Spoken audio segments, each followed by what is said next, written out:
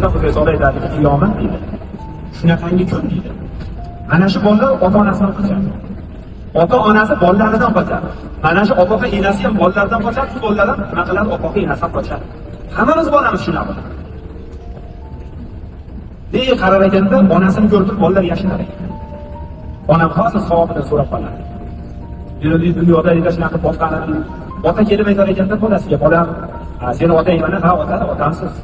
Qantraklaringni to'laganman, o'zim yetishishlarda, tarishganlarda yursaman, masjidlarda odamlar gapirsa ham mayli, onamga bo'lsin deb qantraklaringacha to'laganman, ha ota to'lagansiz.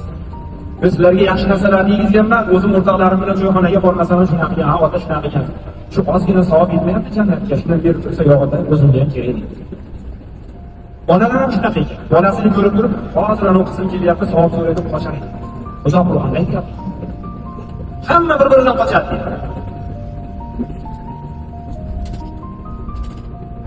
Aka-uka bir-biri. Bular hamma bir-biridan qochadi. Lekin bitta bola qochmas ekan.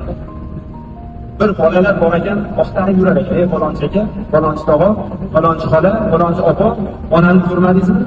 Otamni ko'rmadingizmi? Hozir shu yerda bechara o'zini terisiga o'zi botib yuradi, ko'radi. Oqtaradi. Unda bir nurli narsa bor. Nurdan bo'lgan bir tosh bor qo'lida. Otasini, onasini topganda ijarasini ushab, oyoqdan ushablar jon. Hayajon, murislar xursand qiladigan joyim bor. Alloh taolo jannatdan bir kurslarni, taxtlarni qo'ydirar ekan. Haligi joyga olib chiqib turib, boshlariga toj kiydirar ekan, jannat tojini. Ota-onasi qanchalik fojir bo'lsa, kim u bilasizlarmi? Dunyo hayotida kim farzandiga Qur'onni yodlatib yo yodlattirib qori qilib qo'ygan yo qoriya qilib qo'ygan bo'lsa, shunga mana shu taxt bilan toj qo'yib boramiz.